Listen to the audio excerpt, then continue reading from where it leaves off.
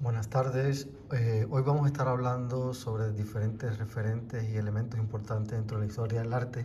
que han configurado su concepto a través de la historia y a través de los presupuestos estilísticos que vienen a refrendar toda la perspectiva y conocimientos que tenemos sobre ellas, y las que no nos vienen un poco a argumentar qué consideramos a veces una obra de arte, el por qué y por qué ha cambiado su concepción a través de los diferentes presupuestos estéticos e históricos en la historia de la humanidad. Mi nombre es Joan Álvarez y vamos a estar hablando un poquito, dialogando sobre este tipo de temática, la concepción de la obra de arte a través de los presupuestos estéticos en los estilos artísticos y de alguna manera también desde el punto de vista teórico, cómo estos referentes van a estar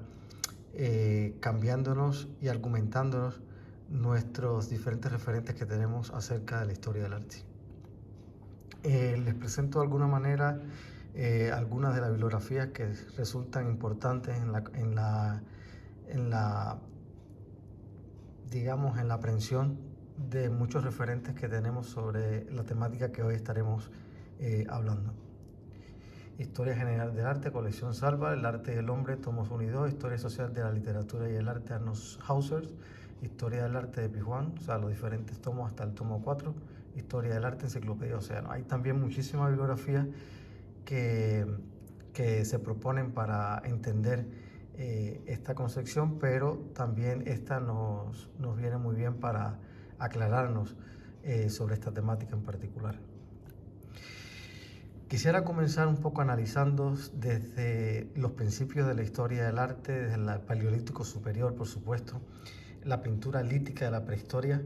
que en la representación del bisonte viene a concedernos un argumento muy importante de cómo el hombre y su entorno fueron el referente más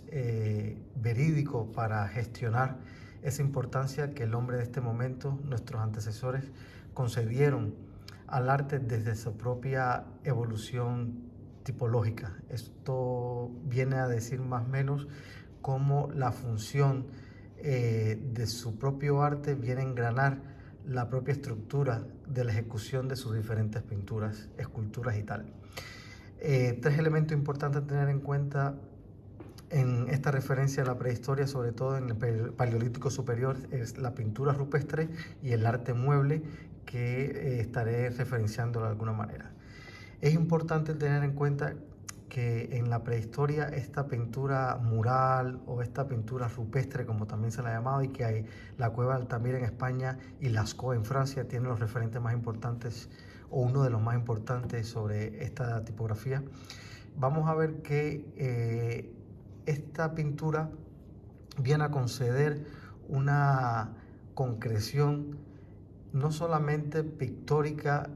física desde el propio eje creativo, sino también desde el punto de vista filosófico. O sea, estamos hablando de un hombre que está tratando todo el tiempo de explicar con sus medios más cercanos, en este caso la pintura, cómo explicar los fenómenos meteorológicos, cómo explicar también toda esta inquietud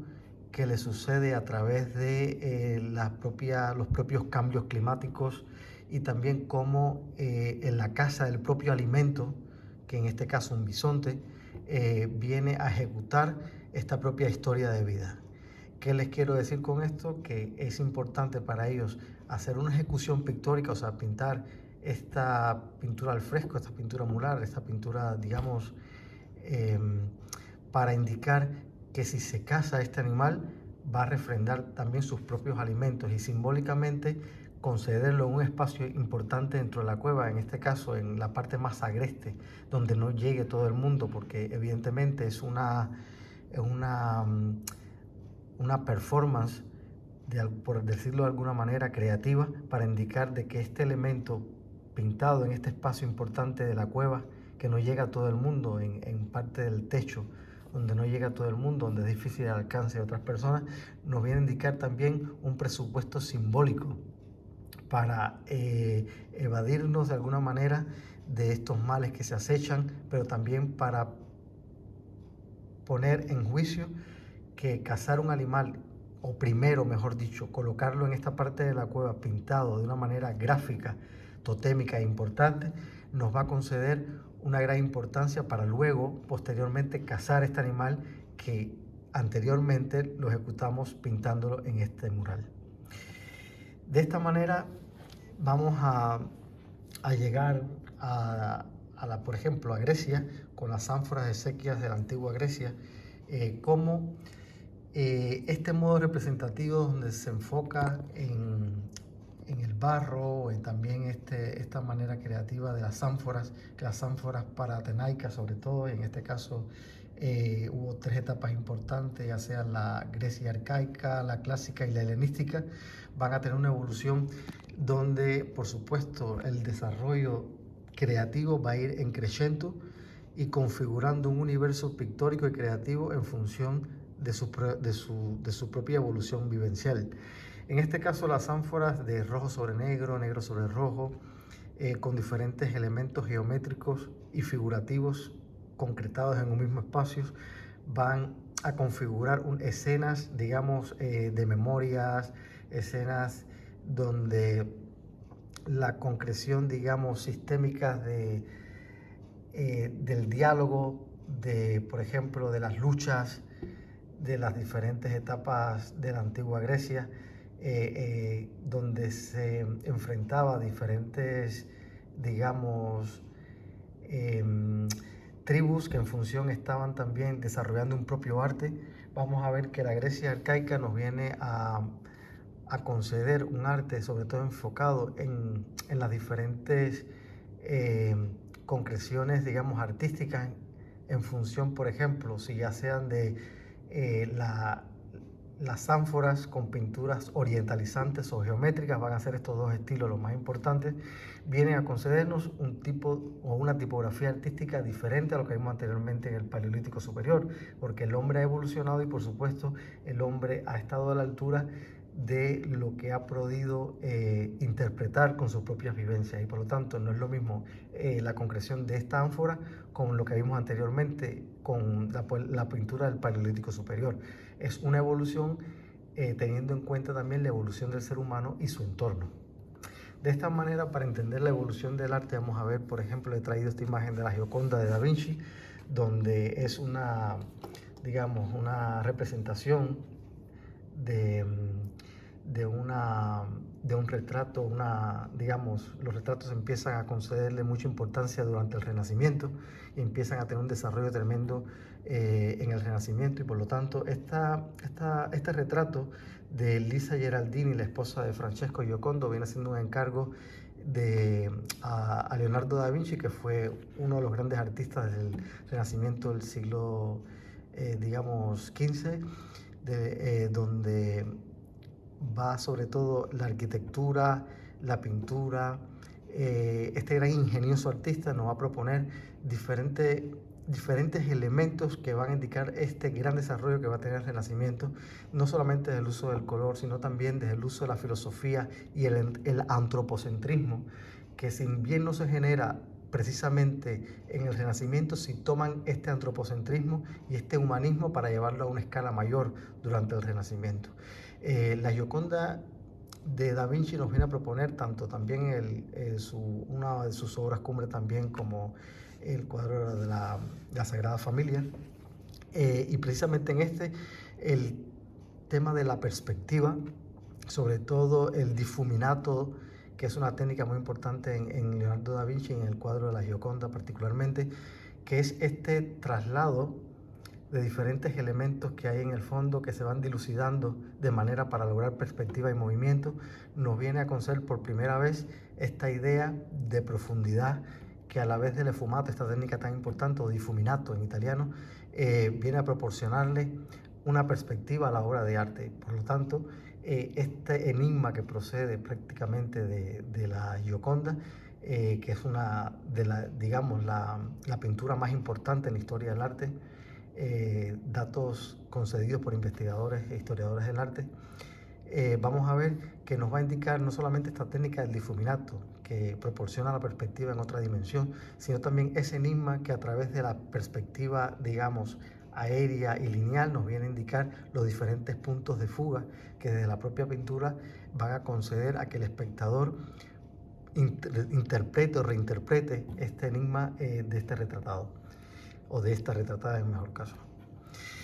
También, si queremos hablar de una obra de arte, vamos a verificar no solamente desde la pintura, en el caso también de la arquitectura, nos viene a posibilitar interpretar que una obra de arte también puede indicarnos una arquitectura.